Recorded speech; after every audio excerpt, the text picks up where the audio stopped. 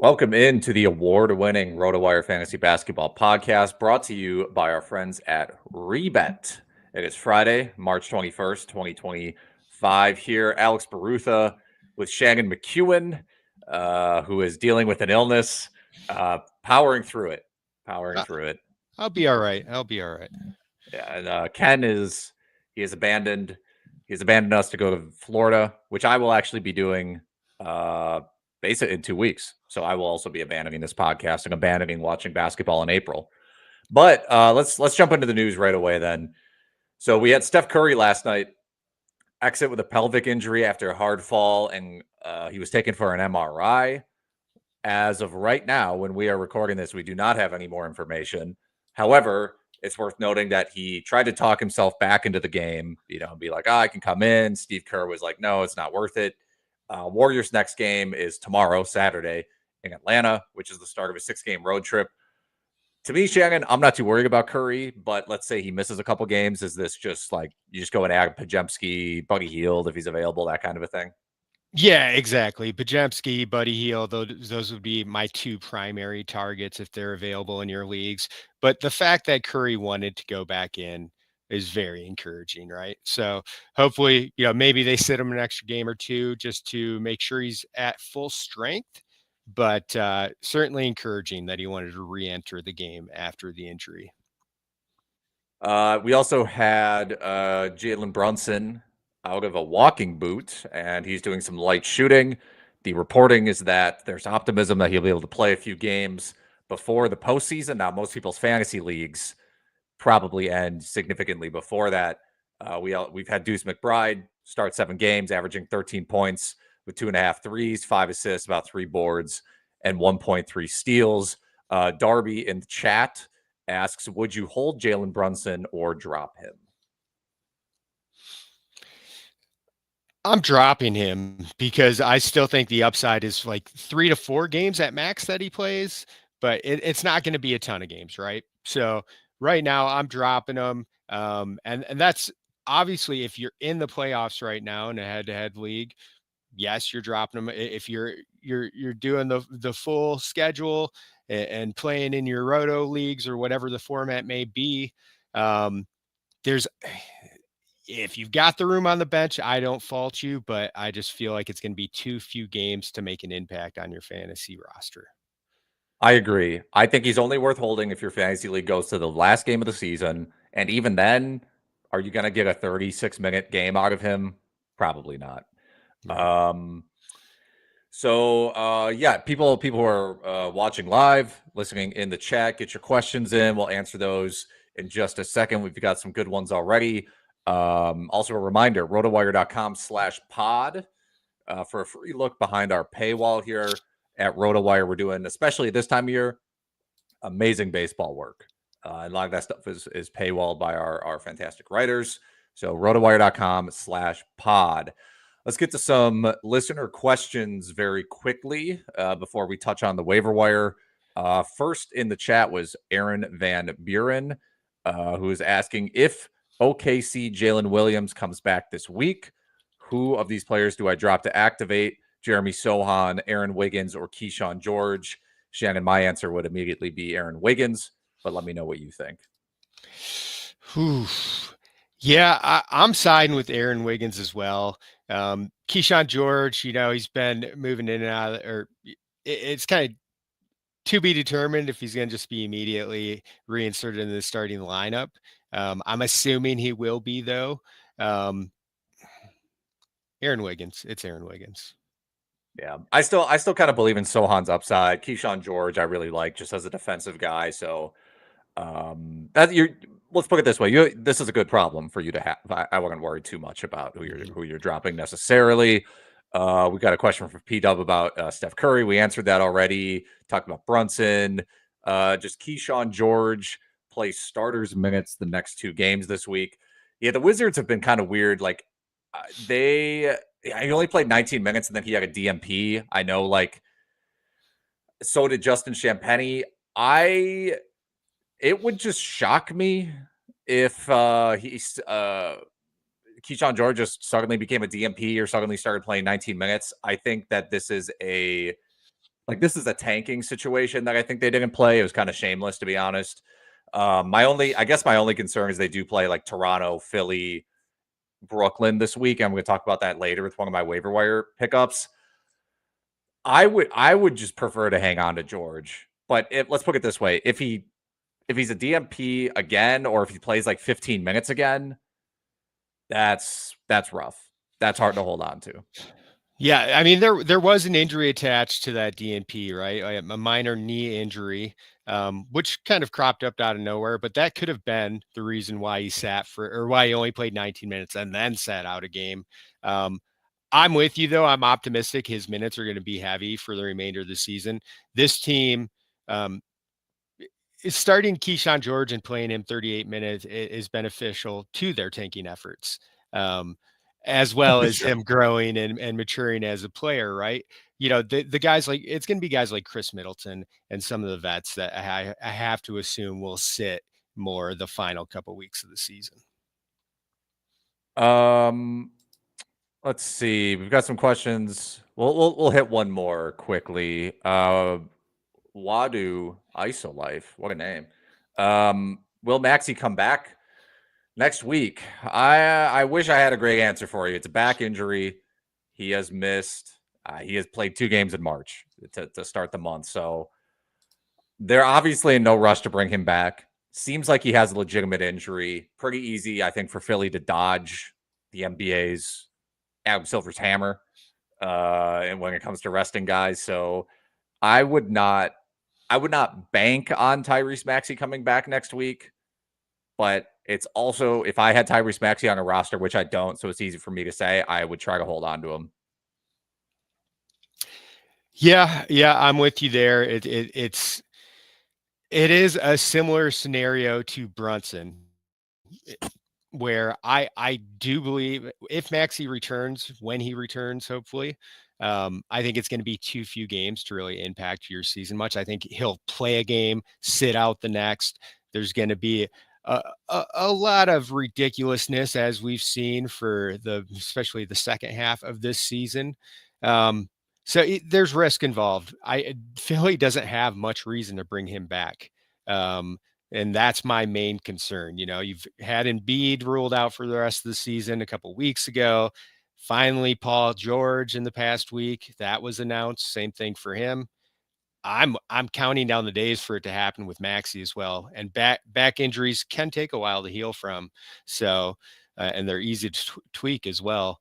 So it's tough. It's tough. I think like Brunson, if you have the bench space, then keep him stashed. This podcast over the years has quickly become the back injury expert and shoulder injury expert podcast as time has gone on. So the longer we do this pod, the more we'll give you expert insights on our own injuries and how they obviously directly relate to NBA players. Of course. Yes. All right. Let's talk about our friends at Rebet before we get to this waiver wire section. March Madness is here. I watched some of that yesterday, a little McNeese action. If you're looking for a way to get into the game, it's time to check out Rebet, the ultimate social sportsbook and casino platform with over 100 leagues on the sportsbook and 25 plus 24/7 live dealer casino games. Rebet is striving to give users an experience they haven't had elsewhere. All March long, Rebet is rolling out daily promos, making it the ultimate month of exciting offers for their fans. Right now, for a limited time, Rebet is matching your first purchase up to $100 in Rebet cash when you use promo code RotoWire. Download Rebet today on the App Store or Google Play. Enter code RotoWire. That's ROTOWIRE. Start playing with your promo funds. It's time to play, predict, and experience the madness only on Rebet. Okay, it's waiver wire time, Shannon. In terms of game accounts, schedule stuff next week, the week of March 24th, every team plays 3 or 4 times, so no sort of massive streaming or game count differentials there. I'm just going to kick things off right away with Scotty Pippen Jr., who is 18% rostered on Yahoo. John Morant's been dealing with a hamstring injury. He's going to miss his 4th straight game today, Friday. Past 3 games for Scotty Pippen Jr., averaging 12 points, 7 assists, 5 boards, 2.3 steals, and 0.7 blocks. about 27 minutes per game. He'd actually been seeing a little bit of an increased workload before then. He had all year he's kind of been up and down, but he had got back in the lineup. Memphis only has 3 games this week, so for some people this may not be the perfect ad, but I don't think it makes sense to bring Ja Morant back on Tuesday against Utah. So my guess is he'll sit out then. Then Memphis plays OKC on Thursday. Kind of questionable whether or not you even want to bother bringing Morant back for that. They have the Lakers on Saturday, and they have a Monday, Tuesday back-to-back the next week. And we know hamstring injuries are tough. So I think it's a little unclear exactly when Morant's coming back. So I think Scotty Pippen Jr. is a fine ad for a large amount of fantasy managers. Absolutely. Luke Kennard's been getting some of the starts in place of Ja Morant, but Scottie Pippen's been the player who's been more productive and getting more minutes in the last game at least. My first waiver wire recommendation of the week is Justin Edwards, forward for the Philadelphia 76ers. As I alluded to with Maxey, the Sixers are devastated. One of the few players you can rely on to appear in games for them right now is Edwards. With injuries to George, Embiid, Maxey, Oubre, Edwards has seen his role increase considerably over the past few weeks. He started 8 straight appearances for the Sixers, missed 2 games out of a 10-game stretch, but started every game he was active for. Averaged 12 points, 3 rebounds, 1 steal, and 1.6 threes in 29 minutes per game over those 8 starts. Embiid, George, they're out. They're done for the season. Doesn't seem like Philly's going to rush back Oubre or Maxey. Edwards' numbers won't jump out of the box score, but he'll contribute in points, steals, and threes, and is worth streaming consideration. Yeah, their upcoming schedule. On Monday, they play the Pelicans. Wednesday, the Wizards. Saturday, the Heat, and Sunday, Toronto. So I imagine that they're going to keep giving their depth guys more run. But yeah, Edwards has definitely some 3-point and steals upside. My second waiver wire suggestion, sort of a deep cut, 13% rostered, Tristan Vukcevic of the Washington Wizards. Past 2 games for Vuk. I don't even know how you'd shorten that, but 45 total minutes, 34 points, 13 rebounds, 4 blocks, 2 assists, and a steal. We saw him kind of have a moment last year as well towards the end of the year. And so for career, his per 36, 21 points, 9 boards, 3 assists with 1.6 blocks, 1.1 steals, definitely a fantasy point per minute guy. Washington has 4 games next week against bad teams. So I think we'll see more Vukcevic, Toronto, Philly, Indy, Brooklyn. All right. My second recommendation for the week is Ryan Dunn, forward for the Phoenix Suns. Another lightly rostered player, 4% rostered on Yahoo, 1% on ESPN. Dunn has started 4 consecutive games for the Suns. Over those 4 starts, he's averaging 15.5 points, 4.8 rebounds, 2 steals, 1 block, and 2.3 trays in 27 minutes. That's good enough to be a top 60 player over the past week. Brad Beal, Grayson Allen have both missed time during that 4-game stretch, but that shouldn't really impact Dunn's current role too much, because he effectively took over that starting power forward, or the starting spot that Bol had a couple weeks ago. Kevin Durant slid back up to the 4, and Dunn's starting at the 3. So, the Suns have won 3 of 4 games since Dunn's been reinserted in the starting lineup. They are playing for that last spot in the play-in out in the Western Conference. They're pretty tight with Dallas for that last spot. So as long as they keep winning, I think Dunn will be safe to see 25 to 30 minutes per game, and he'll especially have an impact in the defensive categories, steals in particular. Yeah, Budenholzer is clearly just playing whoever he thinks is actually contributing. He's completely given up on, we need a stable rotation. We got to make sure. No, whoever's playing well, they're going to play. Dunn's playing well. He gets a start, and he's playing up to a standard. We got a super chat from P-Dub. So before we touch on both of our last waiver wire suggestions, P-Dub has asked us, do you have a top 10 do not draft list for next season. So I'm looking at this year's ADP aggregate across ESPN, Yahoo, Underdog, and Fantrax. And I'm going to take this on the first round, because I don't know. Once you get to like round 3 or 4, do not draft becomes a little more nebulous. I got to be honest. Like at this point, Embiid is probably on my do not draft list. I mean, I know his ADP had fallen this season a little bit, but there were still plenty of people taking him. Like his ADP in Yahoo was 12. I do not want to draft him there. I honestly don't think I want to draft Anthony Davis at 6. Not really my cup of tea at that point. Anybody else in there for you? Like LaMelo? LaMelo maybe fall into this category for some people. LaMelo will be getting dangerously close. Embiid, definitely. I mean, that's the immediate name that tops the list for me and pops up. I am going to take a deeper look at the team expectations for next season before my fantasy drafts and really have it impact my rankings and my targets. Utah, for instance, they have kind of shown flashes of competitiveness in the past seasons, which made you think maybe this motley crew, this weird collection of players, a team that's kind of stuck in are we rebuilding or are we not mode, because they didn't have any of those big, glittery top level prospects that they're really trying to groom. So it's been tough, but I'm going to try to take a step back and really look at it on a team level and then identify teams that are going to struggle like that and just avoid players completely, unless it's a guy who's young and healthy and is a long-term part of that team. It's going to be tough, but Embiid's the number one guy right now.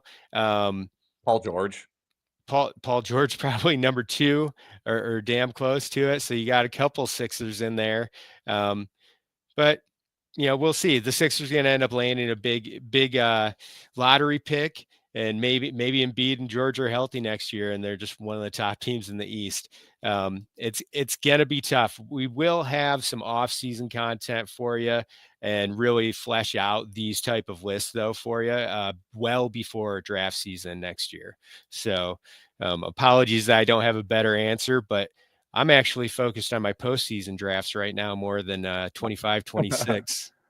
Yeah, I think marketing was a guy I think I was telling people I wouldn't draft until like pick 50, maybe 45, depending on your league.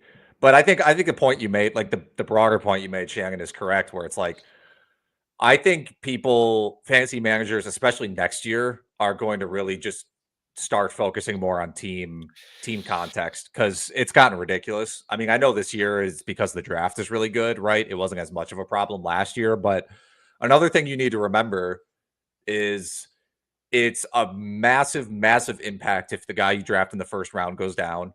Same even in the second round. But when players who are like ranked 40, I would say like 45 to 85 are way more similar in value than you think. So it's really easy. Like if marketing's on the board for you at 40 and you're like, it's such great value. If you go down the board and take a guy who's ranked like 60th because he feels safer to you, it's probably fine. Is I think a broader point in the mid rounds. So thank you, P-Dub, for the super chat and that question. That's only becoming more and more relevant as these seasons go along. My final waiver wire suggestion, the guy who's on the cover of our YouTube thumbnail, Sandro Mamukelashvili for the San Antonio Spurs, 6% rostered. I don't always declare somebody a long shot. This is a long shot, right? He had the game the other night, 34, 9, and 3 in 19 minutes on 13 of 14 shooting. Absolutely on fire, having one of the best games in NBA history given the minutes. But I think this is basically, if you're adding Mamukelashvili, you're taking a complete gamble in the short term that this sparks more minutes for him. That it's like, well, let's give Mamu some more minutes. He was hot the other night. Let's see what happens. We're not doing very well. What does it matter? and maybe this sort of folds over into a long-term thing. But last season, he only played 19 minutes in like basically like 10, 15 games, something like that. Averaged 11 points, 10 rebounds, 2 assists, and 1.2 threes. So don't get too excited for this. But the Spurs do have 4 games next week. So I'm couching this thing in as many ways as possible. I would consider this a borderline 16-team league move for streamer. If you're in a 12-team league, I think you have a lot more safe options. I don't know. I think we might see the end of the Bismack Biyombo well, fair enough. Experiment in San Antonio. They finally moved him to the bench in the most recent game and gave Sohan the start at center. Charles Bassey is still out without a timetable to return for his knee injury. So it seems, less and less likely. Giving no timetable right now seems like it's probably, unlikely he'll play again this season. If he does, it's not going to be a heavy workload. So I like Mamu. I think he has upside. And the minutes, while I don't think they'll be plentiful, I think they'll be more regular for the next 2 to 3 weeks than they have been the past 2 to 3. Sure. Who's your last waiver wire suggestion, Shannon? My last suggestion for the week is Kai Jones, center for the Dallas Mavericks. 6% rostered on Yahoo, 1% on ESPN. Jones started at center for the Mavericks in Wednesday's loss to the Pacers. He finished with 18 points and 11 boards in 24 minutes. Jones has made 2 appearances for the Mavs since signing a 2-way deal in early March. He's topped 30 fantasy points in both appearances. Due to his 2-way status, though, Jones is only allowed to be active for 10 more games. That including tonight's game against Detroit. The Mavs have 12 games remaining on the season. So Jones is in a good position to appear in the vast majority, 10 of the 12 next games for the Mavs. Anthony Davis is still out. Daniel Gafford's still out. Derek Lively's still out. Seems like the earliest return for any of those 3 is April. So for the next 10 days or so, Jones could be a sneaky play at center. He has Kai Jones has great advanced stats. I don't really know how to put it any other way. 6% block rate, great rebounding, dunks everything because he's a freak athlete. So, and you mentioned it, like he's gonna play. So that's a great recommendation, especially for someone who is 6% rostered. That is very, very low. That will wrap it up for us. This is gonna be a short pod. We're getting Shannon out of here. He's gonna get beyond the mend. We'll be at next week. I'm not 100% sure if both Shannon and Ken will be here. I should be here, and then I might be gone the next week. It's gonna be a rotating cast of characters. Well, next week's probably going to be our last Friday episode of Oh, is it really? I think so. Yeah. Okay. One more waiver wire spot, and then we'll probably wrap it up. But we can try to jump in with some postseason or off season, definitely some off season advice once we start drafting for the 25-26 tip off. All right, sounds good. Well, thank you everybody for joining, for the questions. Don't forget to check out our friends at Rebet with that promo code RotoWire. Don't forget rotowire.com/pod for the free look behind the paywall. And we will talk to you guys next week.